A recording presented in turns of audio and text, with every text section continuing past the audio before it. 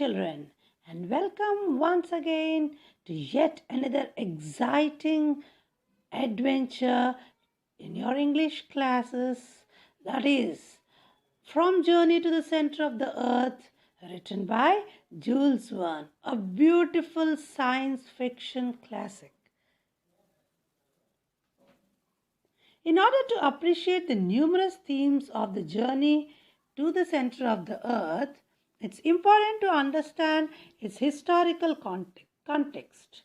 The novel was published in 1864 and the events in it take place in 1863. At that time, much of the earth was still being explored and discovered. Additionally, it was a time of scientific inquiry when many educated people had a thirst for new knowledge and new ideas.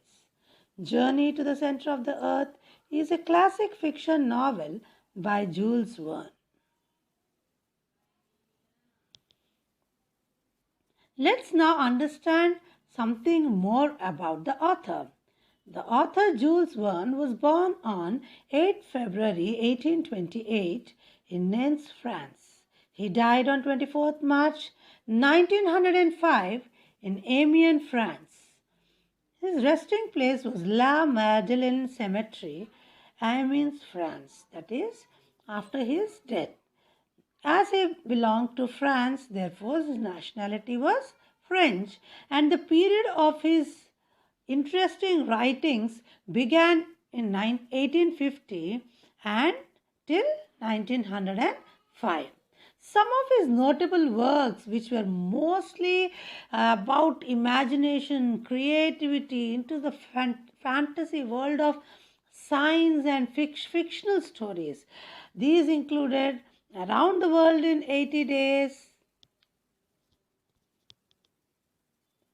Journey to the Center of the Earth, 20,000 Leagues Under the Sea, The Mysterious Island, From the Earth to the Moon, and all these were published in the Voyages Extraordinary series.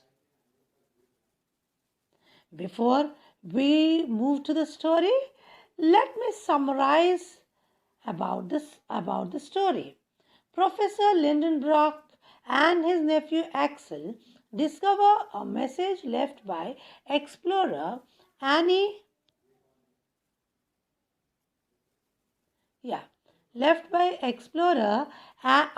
Saknussemm in the pages of an ancient Icelandic saga.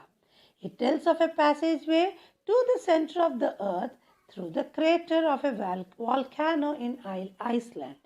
They follow this path along with a guide named Hans and eventually discover many awesome wonders such as a vast underground sea, prehistoric creatures, strange plants, and even human-like giants.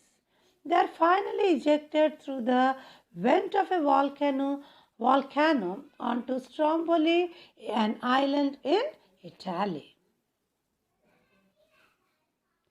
In Jules Verne's Journey to the Center of the Earth, a geology professor Otto Lindenbrock, as I already told you, and his nephew Axel, they discover and decode an ancient document. Okay, that shows a dormant volcano holds a secret entrance to a series of caverns leading to a subterranean world at the Earth center. So, after they read the book, they went. They had gone through the document. They came to know about a secret entrance. In the name of the scientific discovery, they follow the instructions and undertake a hazardous, difficult journey deep within the earth where they find creatures and plants from earlier epochs. In the end, the journey back to the surface of the earth is just as harrowing as the trip down. So, the way it was difficult to get into the surface of the earth, again when they had to come out, it was equally difficult. Now, its purpose to disclose the location of a way to reach the center of the earth. So, how they had reached the center of the earth. That was the purpose of the book. Immediately, Otto decides to take up a challenge with Axel being involuntarily included on the expedition. Axel was not interested in this, but he had to reluctantly join his uncle on a journey to Iceland. In Iceland, Otto and Axel hire a local duck hunter named Hans to serve as a guide and provide manpower for the expedition as they had to go through the sea. Following the manuscript directions, the three-man team climbs Snaffle, an extinct volcano, that's the name of the volcano, ropes down inside and then proceeds to follow a network of tunnels and caverns. So they move through tunnels and caverns to reach their destination. The walls are lined with thousands of fossils and the floors are covered in the bones and debris of ancient animals. That is what you can find in the Earth's crust or core. Eventually, the three emerge into a massive underground cavern like space, thousands of feet high. So finally they reach there and its width is unknown, the place where they went. Here they discover a great sea, distant mountains, ancient forest, roaming mastodons, blind fish, ocean going dinosaurs, and the perfectly preserved, naturally mummified remains of a prehistoric man. The team has reached the center of the earth, which Saknussemm claimed could be found in his manuscript. That is what they say.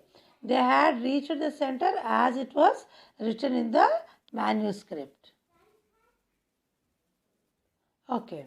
So they feel that they had reached the proper place because it was written in the same way.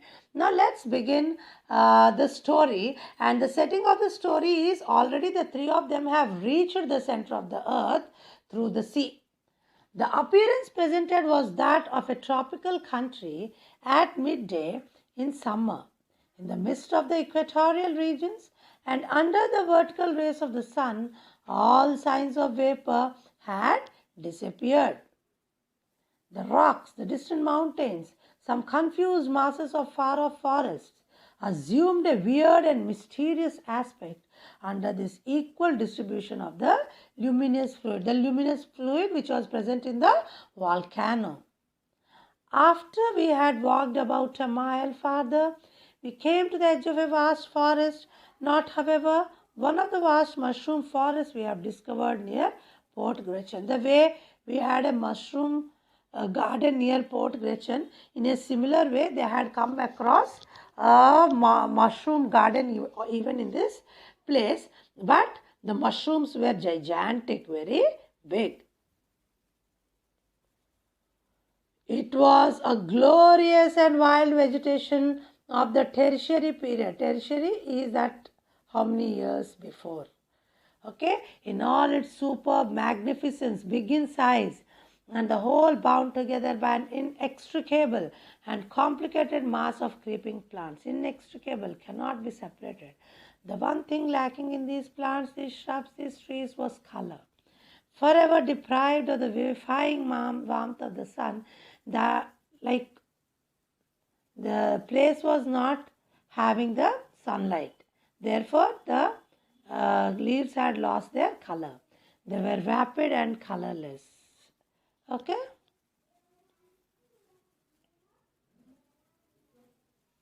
Okay. And all shade was lost in one uniform tint of a brown and faded character. So everything was brown as the trees did not have the lively green color in the absence of sunlight, because it was a center, earth center. Where can you find out the sunlight? We are going to learn the meanings of all these words in detail, the highlighted words in detail, in our last slide. The leaves were wholly devoid of green, and the flowers were devoid means not present, absence you can say, were without color and without perfume, something like paper discolored by long exposure to the sun. These things looked very colorless, very lifeless, because they They looked as if when you keep your paper for a long time exposed to the atmosphere, the colored papers become colorless. These leaves and trees also look like that. Okay. Then there appeared confounded together and intermixed the trees of such varied lands, specimens of the vegetation of every part of the globe. So, all kinds of plants which you can see in different parts of the world and in the country were all present at one place only here. It was enough to drive the most ingenious classifier of the upper regions out of his mind and to upset all his received ideas about botany. Suddenly, I stopped short and restrained my uncle. Restrained means stopped him from going further. Is it not so? They had a look of the beautiful vegetation with all the creepers, okay, and little flowers, and so on. Okay, so the boy restrained his uncle. He stopped his uncle.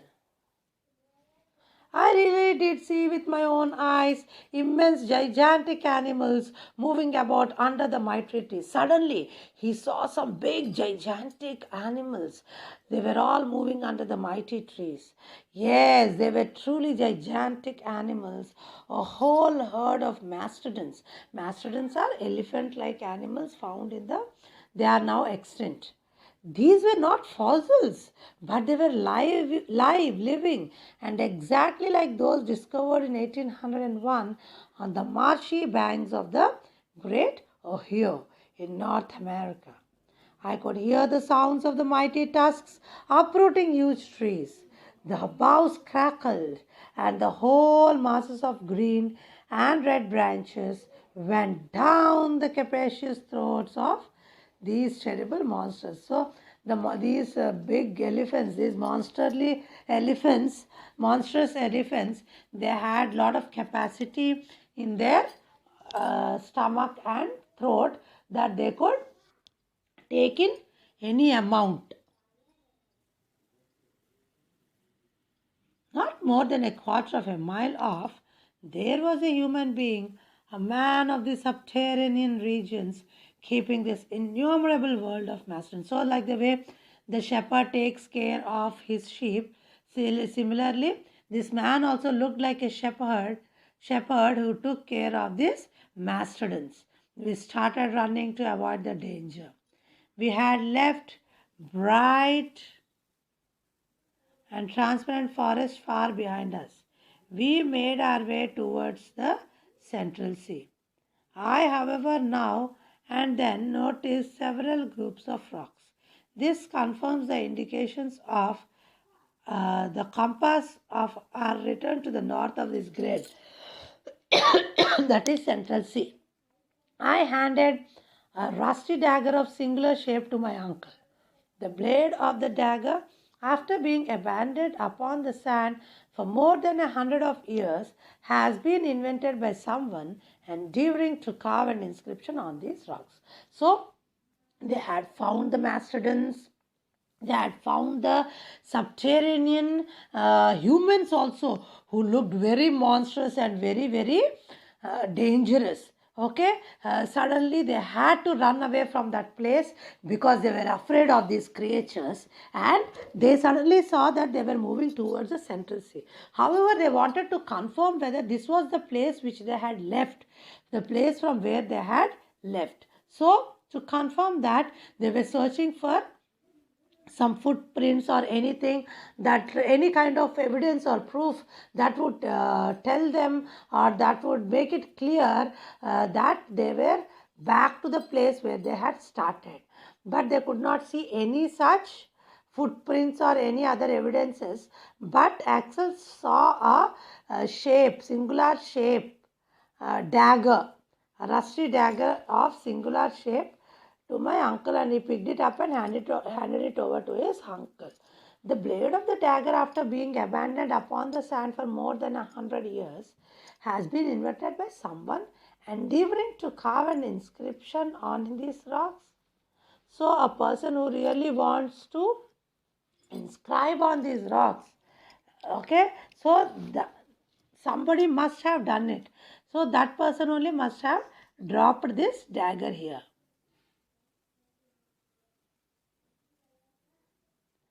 A man who has somewhere written his name with this very dagger, a man who has endeavored once more to indicate the right road to the interior of the earth.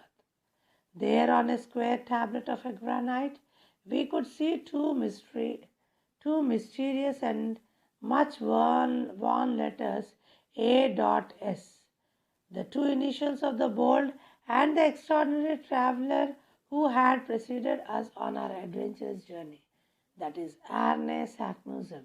So they had followed Arne Saknussemm's path and they had come all over, and now they were happy that they are onto the right path, as previously it was also followed by Arne Saknussemm.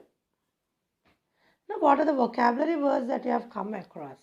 Tertiary, relating to a period of 66 million years ago, inextricable, cannot be separated, vivifying, making more lively or interesting, vapid, lifeless, confounded, confused, ingenious, clever, original and inventive, restrained, characterized by reserve or moderation, capacious, having a lot of space.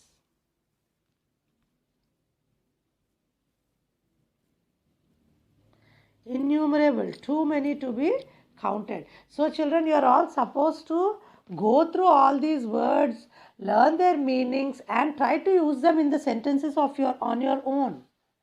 Use them in your day-to-day communication. Mastodons are giant elephant-like mammals that flourished from ancient times. Singular, here it means unusual. Endeavoring, trying hard to do or achieve something. Clear? Hope children you all have understood this chapter very quickly, and truly it was very interesting to talk about the world which is the prehistoric times, which you can find even in the earth's crust, is it not? Something very imaginative and full of science, okay. So hope you enjoy these kind of stories and keep reading and keep learning. Thank you and have a nice time.